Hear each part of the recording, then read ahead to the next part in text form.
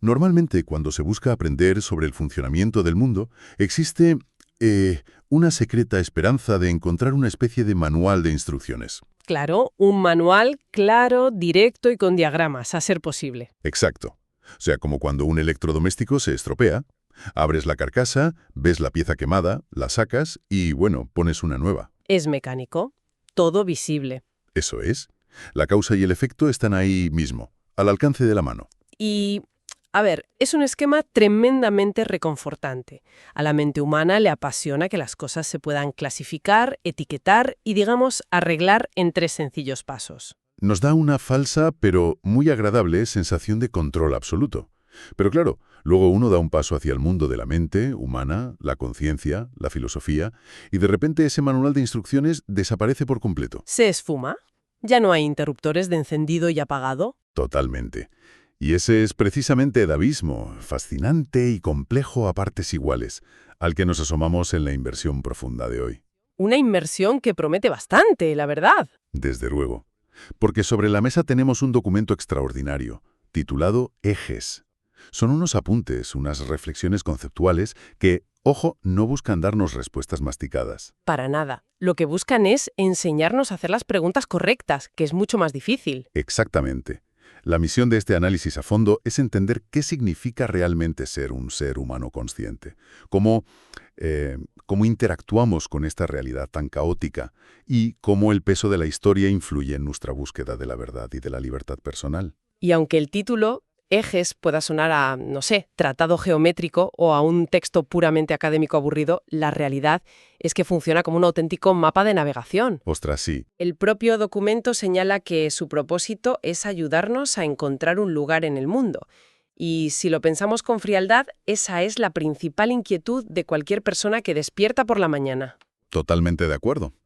Pues bueno, arranquemos motores porque el texto no se anda con rodeos. Va directo al grano. Sí, sí. Parte de la famosa premisa de pienso luego existo, estableciendo que somos seres pensantes por definición. Pero fíjate, casi de inmediato lanza un dilema que es como un puñetazo en la mesa. A ver, Dice textualmente, ¿vivir o vegetar? Esa es la cuestión. qué fuerte. Vale, vamos a desgranar esto, porque vegetar hoy en día tiene una imagen mental muy clara. Sí, muy visual. Es, o sea, estar en piloto automático, haciendo scroll infinito en la pantalla del móvil, consumiendo contenido sin digerirlo y dejando que las horas pasen sin que la mente registre absolutamente nada real. Claro. Y mientras tanto, vivir, en el sentido que propone el texto, sería el acto de detener esa pantalla. Levantar la vista y, bueno, tratar de entender cómo funciona el algoritmo. Pero no el del móvil, sino el de la propia vida. Qué buena analogía. Lo fascinante de esto es que esa capacidad de romper el bucle del scroll infinito, de detenerse y mirar más allá, no requiere superpoderes. Ah, no. No, que va. Está codificada en nuestra naturaleza. El texto desglosa que existen distintas inteligencias operando en nuestro cerebro. ¿Ya? Y todas apuntan a una necesidad biológica y psicológica que es la necesidad incesante de investigar, de saber. O sea que el ser humano sencillamente no está diseñado para la pasividad. Exacto. Y para saciar esa sed desarrollamos distintos tipos de saberes. El documento hace aquí una distinción brillante entre el saber empírico y el saber experimental. A ver, frena un momento ahí, porque aquí es donde la terminología académica suele asustar un poco a quien se inicia en la filosofía. Es comprensible, sí. ¿Cuál sería la diferencia exacta, digamos, a pie de calle, entre algo empírico y algo experimental en la vida real? Pues mira, es una distinción fundamental. Imaginemos por un momento una estufa caliente. Vale, la típica estufa roja. Exacto. El saber empírico es la experiencia bruta del día a día. Alguien toca el metal al rojo vivo, se quema la mano y aprende inmediatamente que el fuego hace daño. Lógico. Eso es experiencia pura y dura. Eso es. Pero el saber experimental es metódico. Es no conformarse con la quemadura, sino sentarse, diseñar un entorno controlado y medir a qué temperatura exacta ese metal transfiere el calor a la piel humana. ¡Ostras! Claro, para quizá luego inventar un material aislante o algo así. Efectivamente.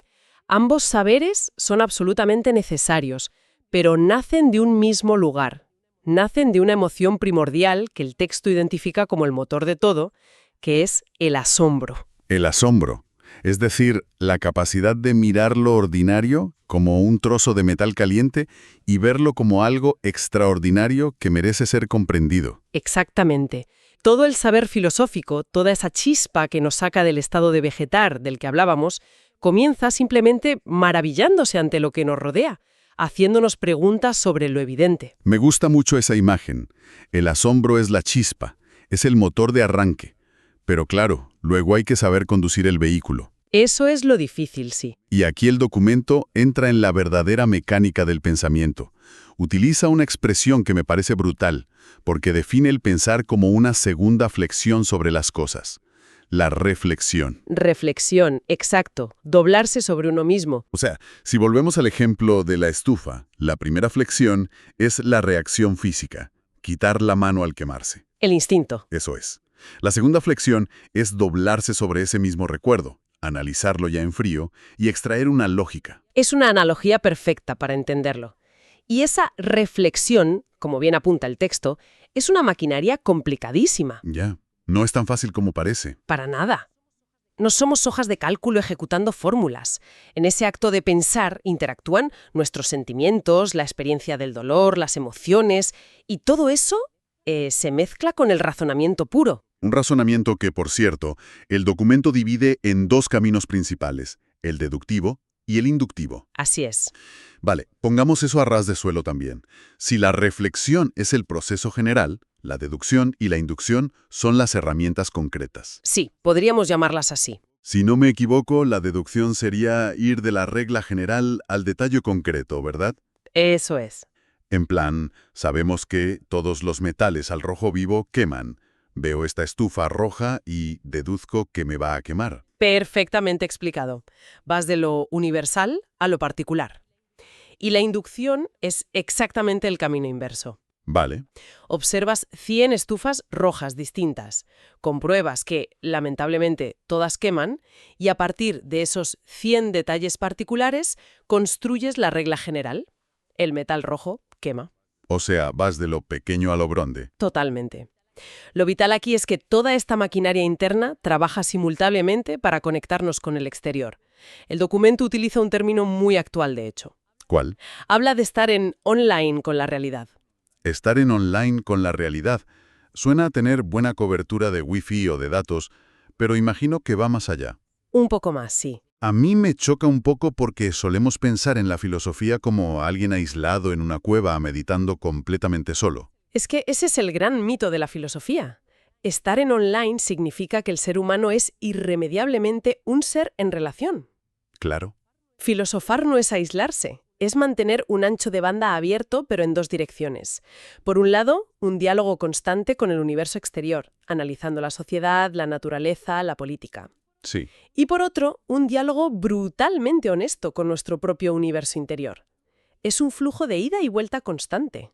¡Ostras! De hecho, fíjate, el texto define al hombre como la conciencia del universo. Madre mía, qué peso. Somos literalmente la parte del universo que ha evolucionado lo suficiente para poder pensar sobre sí misma. Qué responsabilidad tan gigantesca, ¿verdad? Pues sí. Pero, claro, aquí el documento hace un giro estupendo y señala un cuello de botella terrible, titulando una sección con mucho sentido del humor, por cierto, como se me lengua la traba. Es un título genial. Porque claro, ¿de qué nos sirve tener un pensamiento interior súper refinado, haber hecho 100 segundas flexiones de esas y entender el universo entero, si luego abrimos la boca y somos incapaces de articular dos frases seguidas con sentido? Es que ahí radica uno de los obstáculos más frustrantes de la condición humana. El texto de Gejes pone un énfasis gigantesco en la importancia del lenguaje. Lógico. Porque el lenguaje no es solo el vehículo del pensamiento, es su límite. Qué interesante eso, su límite. Claro. Saber expresar lo que uno piensa requiere dominar los recursos, entender los géneros del discurso, saber argumentar sin caer en falacias, crítico, en una valoración. Y nada de eso existe para el mundo exterior si no sabemos comunicarlo adecuadamente. Es como tener el ordenador más potente del mercado, con el mejor disco duro, la mejor gráfica, pero no tener una pantalla conectada. Una comparación muy buena. Nadie puede ver lo que está procesando ese ordenador. Eso es. Ahora bien, supongamos que logramos conectar la pantalla. Logramos estructurar el pensamiento y lo comunicamos. ¿Vale? Surge una pregunta de cajón. Todo este inmenso esfuerzo cognitivo, el asombro, la deducción, el lenguaje, ¿hacia dónde se dirige realmente? Esa es la gran pregunta. Lógicamente, el ser humano busca certezas. Busca, digamos, la verdad. Y aquí el documento nos lanza otra metáfora increíble. Dice textualmente que la verdad es sinfónica. Si conectamos esto con una visión un poco más amplia de la sociedad, la metáfora es de una precisión asombrosa. A ver, Piensa en una sinfonía. No se construye con un solo instrumento tocando una sola nota sin parar. claro. Eso sería aburridísimo. Si solo hay violines tocando exactamente lo mismo, tienes una melodía bonita, sí, pero no tienes una sinfonía. Ya. Una sinfonía requiere vientos, percusión, cuerdas, instrumentos que suenan completamente distintos unos de otros. Y que entran a destiempo muchas veces. Eso es, creando contrastes, pero que, bajo una estructura mayor, construyen la obra completa y maravillosa. Totalmente. El respeto por las minorías, que en esta metáfora serían esos instrumentos menos ruidosos, pero absolutamente imprescindibles para que la obra tenga sentido. Y aquí, fíjate, es donde la cosa se pone realmente interesante. Porque, a ver, hagamos un momento de abogado del diablo. Venga, vamos a ello. Si la verdad es una sinfonía que exige múltiples instrumentos y el texto habla abiertamente de confrontación, ¿no es llamar a la verdad sinfónica una forma educada de decir que nadie tiene razón del todo? Entiendo por dónde vas. O sea, ¿cómo se integran visiones del mundo que son radicalmente opuestas sin que el resultado sea simplemente un ruido ensordecedor y doloroso para los oídos? Es una duda muy legítima. Y por eso mismo el texto no huye en absoluto de la palabra confrontación. Vale. Porque la confrontación filosófica de la que habla no es, ojo, un concurso de gritos para destruir al rival. Que es a lo que estamos acostumbrados últimamente en los debates. Tristemente, sí. Pero no, aquí se refiere a la fricción mecánica que afina los instrumentos. Ah, qué bueno. Cuando te sientas junto a alguien que es tu opuesto ideológico absoluto, que sería tu instrumento disonante en la orquesta, la fricción de sus argumentos contra los tuyos te obliga a revisar tus propias premisas. Claro, te pone a prueba. Eso es. Sin ese contraste incómodo, la verdad se empobrece muchísimo, se vuelve muy plana. O sea que el conflicto intelectual no es un error del sistema que haya que censurar, es el propio mecanismo de calibración. Absolutamente. Y estructurar tu propio pensamiento, soportando esa fricción constante, es lo único que garantiza lo que el documento llama la autonomía intelectual. La autonomía intelectual. Sí, es la cura definitiva contra el pensamiento único y la dependencia mental. Es, digamos, el antídoto para no acabar repitiendo como un loro lo que grita el instrumento de al lado y atreverte a componer tu propia parte de la partitura. Me encanta cómo lo has hilado, sí. Ahora, si echamos la vista atrás, nos damos cuenta de que esta sinfonía humana no ha sonado siempre igual. Las partituras han cambiado drásticamente dependiendo del momento histórico que miremos. Por supuesto. De hecho, hay una sección nuclear en el texto titulada La filosofía que mueve al mundo, que analiza precisamente esto, los sistemas de pensamiento. A ver. Resume de una forma muy clara cómo nuestra forma de procesar la realidad ha mutado en grandes bloques. Sí. Habla del paradigma del mundo antiguo, de la cosmovisión del medioevo, de la explosión de la modernidad y, finalmente, de nuestra era contemporánea. Cada época ha escrito sus propias reglas para intentar alcanzar esa verdad sinfónica. Y hay una frase en esos apuntes que me deja dando vueltas la cabeza. Dice, llover sobre mojado.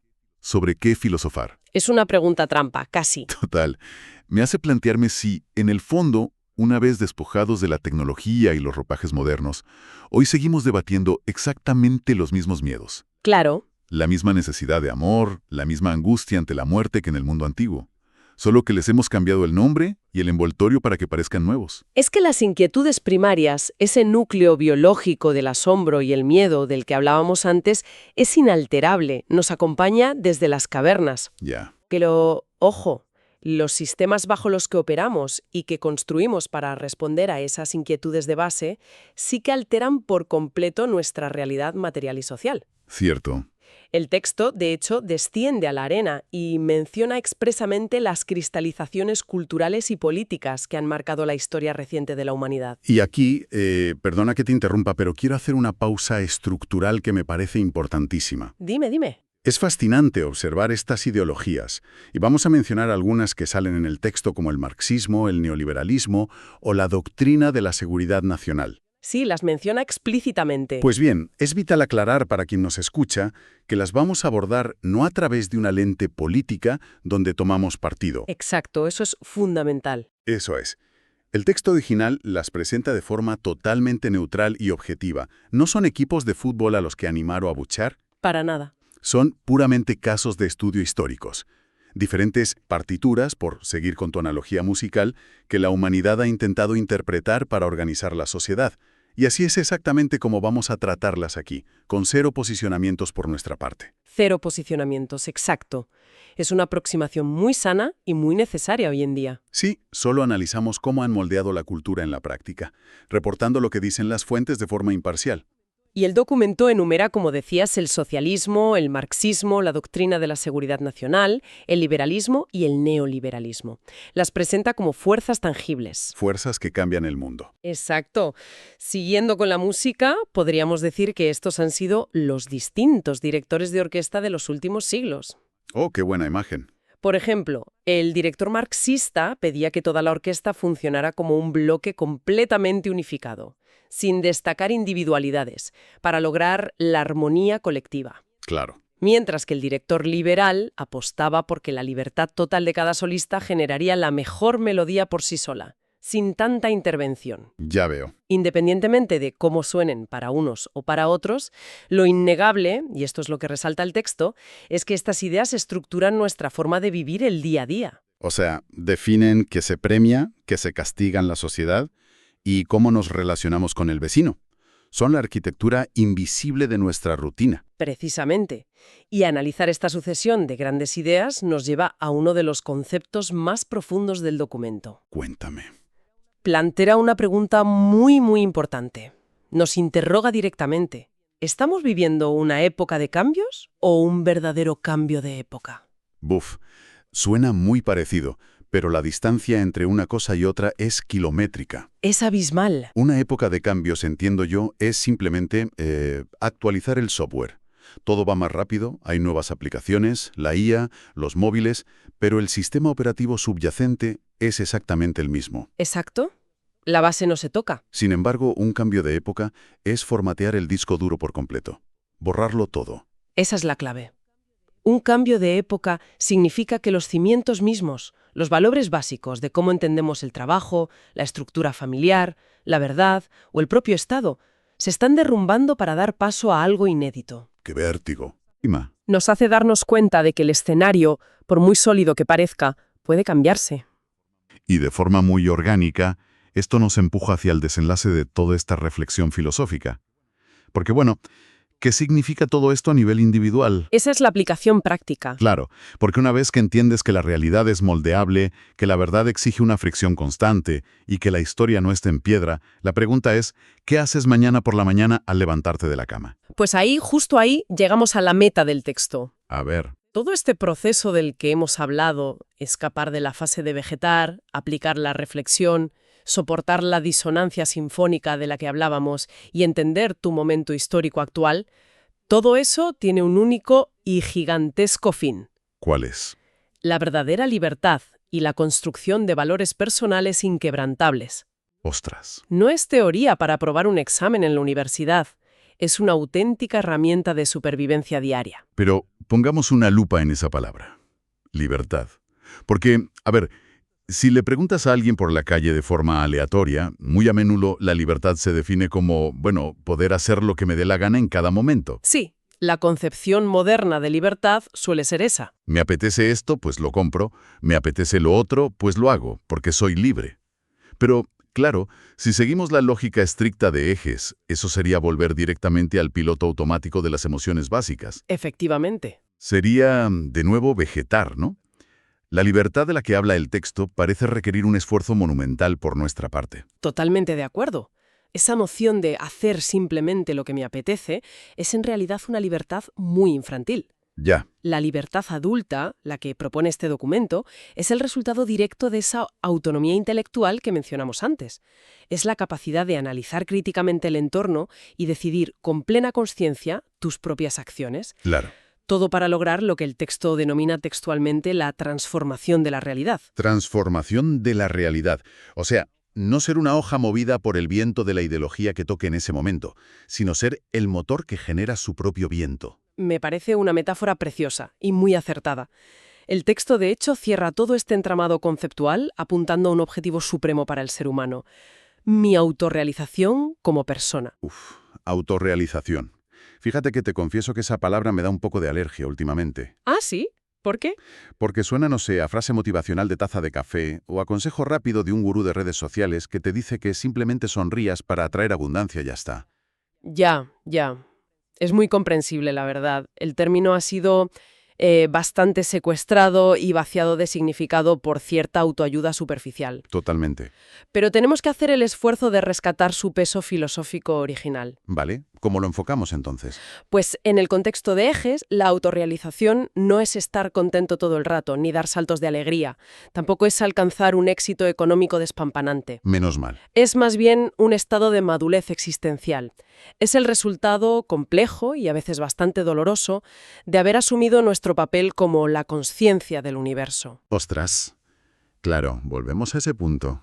Sí, es haber encontrado por fin ese ansiado lugar en el mundo del que partíamos justo al inicio de esta charla. Sí. Pero fíjate, un lugar que no nos ha sido asignado por nadie desde arriba, sino que hemos tallado nosotros mismos, a base de mucha reflexión, de forjar valores propios y de tener un compromiso ineludible con la realidad que nos rodea. Pues es una visión exigente, desde luego, Muy exigente. pero a la vez increíblemente empoderadora, porque te saca directamente de la grada de los espectadores pasivos y te obliga a bajar al terreno de juego de tu propia existencia, mancharte de barro, digamos. Literalmente.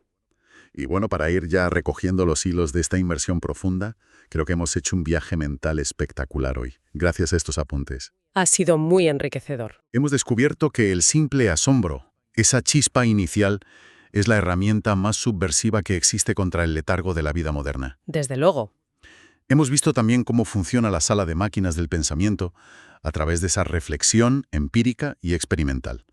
Y hemos aceptado que, claro, para compartir esa verdad interior necesitamos dominar el lenguaje, porque si no, nos asfixiamos dentro de nuestra propia cabeza. Así es. Y yendo hacia afuera, hemos comprendido que en el exterior la verdad no es un monólogo aplastante de uno solo. Es una sinfonía donde el contraste constante de ideas y, sobre todo, el respeto al que piensa distinto son absolutamente imprescindibles para poder afinar nuestra autonomía intelectual. Total. Todo esto, además, enmarcado en el flujo constante de la historia, una historia que nos recuerda sin cesar que los sistemas políticos o sociales que hoy nos parecen eternos e inmovibles son solo ensayos temporales. Piezas de un museo vivo. Eso es.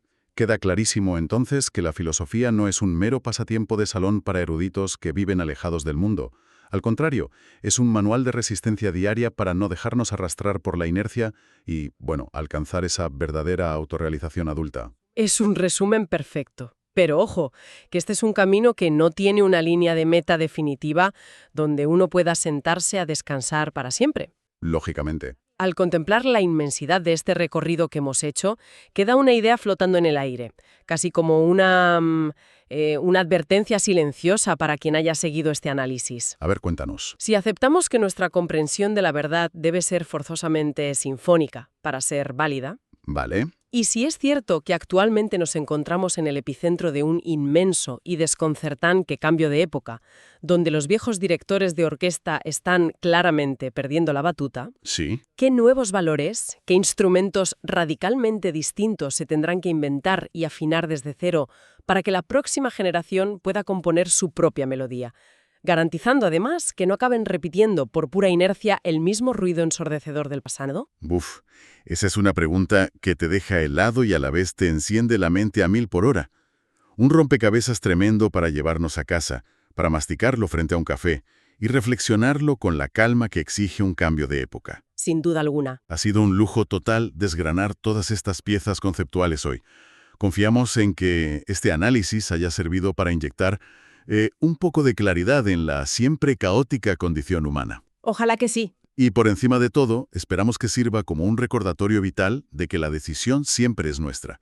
O bien podemos seguir la corriente, o bien podemos atrevernos a apagar el piloto automático y mirar de frente, sin miedo, la maquinaria de la realidad. Un placer acompañarte en este recorrido. El placer es nuestro. Hasta la próxima inmersión. Y por favor, pase lo que pase, no dejen nunca que se apague el asombro.